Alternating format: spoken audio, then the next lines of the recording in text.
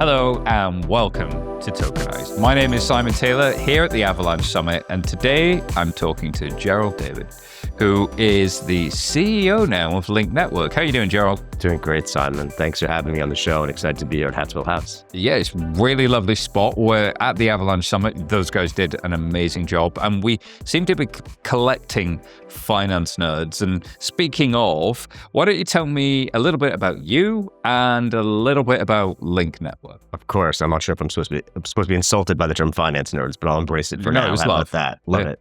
All right. Well, it's great to be here. Thanks again. And a little bit about myself.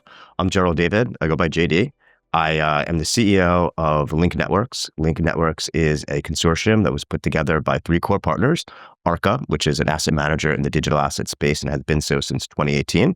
A company called Tacit, which is a technology provider. They've been around as well for about the same amount of time and are most well known for creating the Signature Bank Signet implementation. Ah, yeah. Exactly. And then T0, which is a special purpose broker-dealer in the US. There's a broker-dealer that has one of two licenses in order to operate as such. The three of us put together a company that's called Lynq, expanded it to include B2C2, Wintermute, Galaxy, Crypto.com, and we'll be announcing several other different partners. Unfortunately, I can't break them here on the show over the course of the next couple of days, the most recent one on Thursday. And we've created a real-time broker-dealer facilitated settlement system that uses Avalanche as a technology to create a share of a fund that's used to derive interest back to the users of the platform. That's phenomenal. So if I'm in that share of the fund, if I'm using the platform, I'm generating that yield kind of throughout. And so contextualize that in terms of my operations at Galaxy, my operations at Wintermute. Give me use cases to kind of bring that to life day to day. You've got it. Settlement's always been a problem in the space. It really has been. There's bespoke settlement mechanisms, folks using stable coins, folks using wire still at this point right now, and it's manually intensive. And at one point, there was a place where everyone could congregate in the industry and you could transfer, tokenized deposits back and forth to settle a trade, to onboard to an exchange, and even to go and create or redeem a stable token. And that system was amazing until it wasn't. Yeah. And we've recreated that now outside of the US banking system. We've recreated that in a broker-dealer facilitated ecosystem. And as such, now we're able to attach it to a fund that's been created and advised by Arca, which allows for users of the platform, the ones I mentioned before and many others, to subscribe to the fund and then have interest-bearing tokens that are being used to settle transactions. That's absolutely incredible. My settlement has gone from being a back office nightmare to something that might actually be beneficial. And I think that's a mindset shift that's kind of huge. It is. It's a mindset shift. And it also really embraces now this yield generation, kind of craze that you're seeing everywhere. Mm-hmm. So now what we've done is we've taken, kind of a tokenized deposit. It's invested in this fund, and it allows for users on the platform to have what we refer to as yield in transit, which is really very cool. It means basically that if you hold a position on the platform for, let's say, half a day, you get 50% of the yield that's generated each day, which then is delivered at the end of each day via the Avalanche blockchain in a tokenized form. It's making operations just much, much, much more efficient. I want to kind of zoom out for a second and just get your take. We're asking everybody, what is it that makes stablecoins so hot right now? Yeah, I think it's the natural evolution of the way this market started. When you think back to the first stablecoins that were out there, the first one I think was in 2012. The whole reason was that the U.S. financial system, or the global financial system, I should say, unfortunately was inadequate. It wasn't able to keep up with the transferability and the speed of blockchain.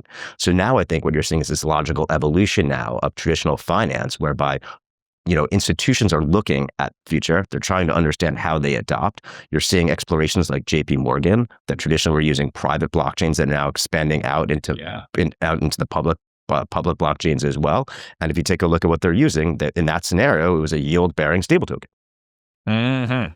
If finance is really going on chain and settlement and payments is probably the obvious place, but I want to ask the why now question with DeFi and TradFi. I was in a financial institution in 14, 15, 16. There was a lot of blockchain, not Bitcoin. And then there was kind of DLT, distributed ledger tech, and there was all of these things that were private permissioned for a while. Why do you think it's now converging? What's changed? Well, I think that regulation obviously is playing a huge part, right? I think that everybody was on the sidelines in the US, and all of a sudden you're seeing kind of people flocking back to the US with the hopes that legislation is going to fall favorably such that, traditional finance will have the ability to really do what it's supposed to be doing. I think that there is going to be this friction, though, Simon, that exists, right, between traditional financial firms and how it is that they actually embrace or don't DeFi. And I think that there are a couple of real important things that one has to be conscious of. And the most important that we've been struggling with for the longest time is AML KYC and how folks actually, kind of adhere to that if you're using some sort of DeFi infrastructure. It's always been the blocker, and it's still not 100% solved without question. But the institutions have finally arrived. We've got the likes of BlackRock, Franklin Templeton, Wisdom Tree, many others who are now starting to lean in. And as you mentioned, JP Morgan with Connexus and starting to open up. Robinhood, of course, is a large player in stablecoins increasingly.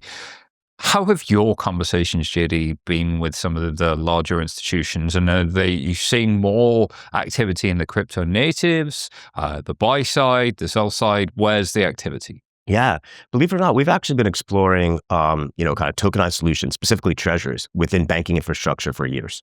We started working with US Bank, and I know it doesn't seem like a logical name, but we've been working with US Bank now for 3 years. And in fact, the fund that I mentioned previously, they're actually the custodian of that fund. And I think that what you're seeing from the banking sector right now is how is it that they can adapt, and how is it that they can take their traditional structures and actually morph them into what they need for the future. So US Bank is a great example. They're looking at their servicing arm.